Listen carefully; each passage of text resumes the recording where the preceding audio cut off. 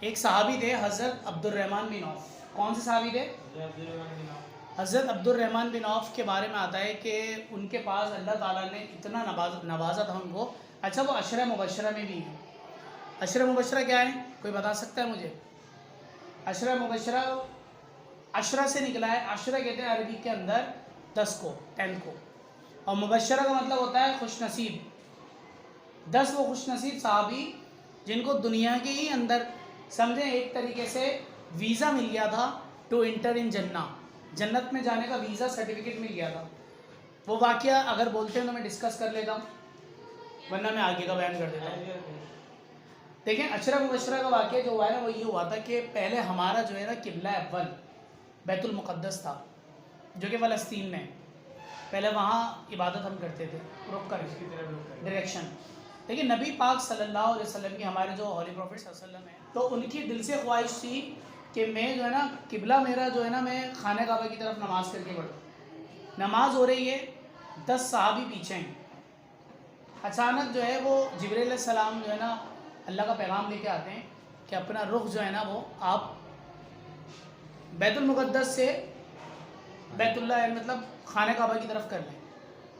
اب نبی پاک صلی اللہ علیہ وسلم نے جیسے رخ چینج کیا صحابہ کرام نے بھی ویسا ہی کیا ایز دا ہولی پروفٹ صلی اللہ علیہ وسلم ڈیڈ. ڈیورنگ نماز؟ یس ڈیورنگ نماز. یس. سلام ہوا، سلام پھیرا، کسی صحابی نے کچھ نہیں پوچھا. No one asked the question about this activity کہ why نبی پاک صلی اللہ علیہ وسلم did change the direction of بیت المقدس. انہوں نے کوئی سوال نہیں کرا، انہوں نے بس جو ہے نا بولا جو نبی نے کیا وہ ہم نے کیا، جو نبی نے کر دیا کہہ دیا وہی ہمارے لیے سب کچھ ہے. سڈنلی جبریل علیہ السلام آتے ہیں اور وہ آپ صلی اللہ علیہ وسلم کو وحی کے ذریعے خوشخبری دے رہے ہیں. کیا خوشخبری دے رہے ہیں؟ عمر فی جنہ، عثمان فی جنہ، ابو بکر فی جنہ، علی فی جنہ، سعد بن ابی وقاص بن فی جنہ، عبد الرحمن بن عوف فی جنہ، اور اس کے علاوہ عبیدہ بن جراح فی جنہ. اس طرح 10 صحابی تھے. تو ان کو باقاعدہ دنیا میں جنت کی بشارت دے دی کہ اللہ تم سے راضی ہو گیا، تم لوگ کو جنت کا سرٹیفکیٹ دے دیا گیا ہے. یہ عشرہ مبشرہ اس لیے کہا جاتا ہے کیونکہ عشرہ کا مطلب ہوتا ہے 10 اور مبشرہ جن کو خوشخبری سنا دی. وہ 10 صحابی عشرہ مبشرہ ہیں. انہی میں سے ایک تھے عبد الرحمن بن عوف. ان کو اللہ نے اتنا نوازا تھا، اتنا نوازا عمار صاحب اتنا نوازا تھا کہ حضرت عائشہ صدیقہ فرماتی ہیں کہ جب وہ آتے تھے نا ان کے اونٹ کا قافلہ آتا تھا، اونٹوں پر ان کا غلہ اناج، یہ اونٹوں کی دھمک سے اندازہ آتا تھا کہ عبد الرحمن بن عوف کا جو ہے نا قافلہ آ رہا ہے. سونا چاندی ان کے پاس اتنا تھا، کتابوں میں لکھا ہوا ہے، بخاری مسلم میں بھی ڈیٹیل ہے. سونا چاندی اتنا کہ کلہاڑوں سے پیس کرتے تھے اس کے. تو ایک آپ کو چھوٹا سا واقعہ بتاتا ہوں کہ نبی پاک نے ایسی عبد الرحمن بن عوف سے فرما دیا کہ عبد الرحمن میں تجھے نا ہمارے بعد 500 سال بعد جنت میں آتا ہوا دیکھ رہا ہوں.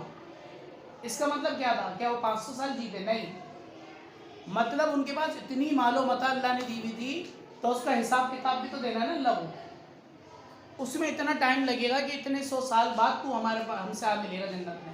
جب انہوں نے یہ بات سنی نا حضرت عبد الرحمن بن عوف نے تو وہ جو ہے نا بے چین ہو گئے. سارا سونا چاندی نکالا، کلہاڑیوں سے پیس کر کے غربا میں تقسیم کر دیا. جتنا بھی دینار تھے جو بھی تھے سب بانٹ دیا، اپنے پاس کچھ نہیں رکھا کہ میں یہ برداشت نہیں کر سکتا. تو یہ ہمارے صحابہ کرام کی جو ہے نا جذبات تھے، کیونکہ انہیں پتا تھا اصل کامیابی کیا ہے، بعد والی زندگی ہے. اچھا ایسا نہیں ہے، اس کا مطلب یہ نہیں ہے کہ آپ دنیا میں جینا چھوڑ دیں، ایسا نہیں ہے. ایک صحابی تھے، ان کا مجھے نام یاد نہیں آ رہا، وہ دین میں اتنے مگن ہو گئے تھے کہ اپنی بیوی تک سے وہ جو ہے نا کانٹیکٹ نہیں کرتے تھے. صحیح ہے. ان کی وائف جا کے کمپلین کرتی ہیں آپ صلی اللہ علیہ وسلم سے کہ اللہ کے نبی یہ جو میرا ہسبینڈ ہے یہ تو روزوں میں رہتے ہیں، صحیح ہے نا، اور باہر چلے آتے ہیں، نماز روزہ انہی میں لگے رہتے ہیں، اور یہ ہم مجھ پر آپ صلی اللہ علیہ وسلم ان کو بلا کے ان کو ڈانٹتے ہیں. پتہ ہے آپ کو کہ میری بھی تو 11 بیویاں، نبی پاک کی 11 بیویاں تھیں.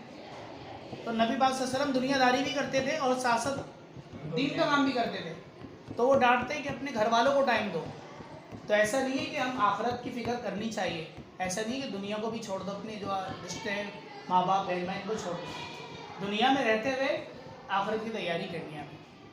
اسی طرح آپ کو متعدد واقعات ملیں گے ابو بکر کا، جیسے کہ عمار نے کہا کہ جب میں سامان جمع ہو رہا تھا تو ابو بکر صدیق اور حضرت عمر میں مطلب کہ نا میں سبقت لے جاؤں ابو بکر سے، ہر دفعہ حضرت ابو بکر جو ہے نا سبقت لے جاتے ہیں، سبقت کا مطلب بازی لے جانا۔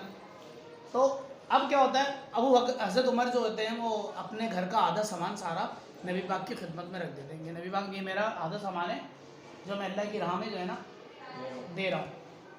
اب حضرت عمر کہتے ہیں کہ اب تو میں حضرت ابوبکر سے جو ہے نا سبقت لے جاؤں گا۔ ابو بکر آتے ہیں پورا سامان گھر کا لے کے آتے ہیں، ایک ایک چیز لے کے آتے ہیں، حتیٰ کہ علماء لکھتے ہیں کہ ابو بکر صدیق دیواروں میں اور زمین کو ایسے سے ہاتھ کر کے پھیر پھیر کے دیکھتے تھے کہیں کوئی سوئی تو باقی نہیں رہ گئی ہے، اگر رہ گئی تو وہ بھی اللہ کی راہ میں دے دوں۔ جب نبی پاک صلی اللہ علیہ وسلم کے پاس لے کے جاتے ہیں تو آپ صلی اللہ علیہ وسلم حضرت محمد صلی اللہ علیہ وسلم فرماتے ہیں ابو بکر گھر کے لیے کچھ چھوڑا ہے یا سب لے آئے ہو؟ وہ کہتے ہیں ہاں چھوڑا ہے، اللہ اور اس کے رسول کا نام۔ تو دیٹ واز دا فیتھ، ایمان تھا اور اللہ پہ توکل تھا، اسی لیے وہ دنیا آخرت دونوں میں کامیاب ہوئے۔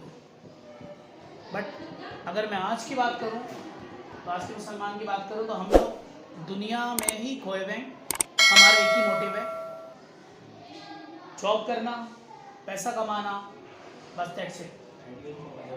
ہاں لیکن ہاں پیسہ ضروری ہے، ایسا نہیں ہے پیسہ ضروری نہیں ہے، پیسہ بہت ضروری ہے ہر چیز کے لیے، for every thing you need money.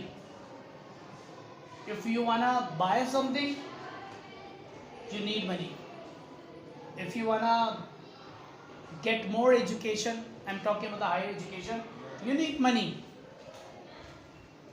If you do not have money, even you cannot eat even a morsel, نوالا وہ بھی پیسوں سے آتا ہے، تو یہ ضروری ہے۔ آ رہی بات سمجھ میں؟ تو آج سے تہیہ کریں کہ دنیا اور آخرت دونوں کی کامیابی کے لیے آپ نے دنیا کے ساتھ ساتھ دنیا ایسے گزارنی ہے اکارڈنگ ٹو قرآن اینڈ سننا، اور دنیا میں بھی کام کرنا ہے اور دنیا میں رہتے ہوئے آخرت کی فکر بھی کرنی ہے۔ That's a successful person who act upon Quran and Hadith and as well as take care of their family and all the stuff of the دنیا یا بڑا، تو یہ کامیاب انسان ہے۔ ہوپ کہ انڈرسٹینڈ آپ لوگوں کو سمجھ آیا ہے۔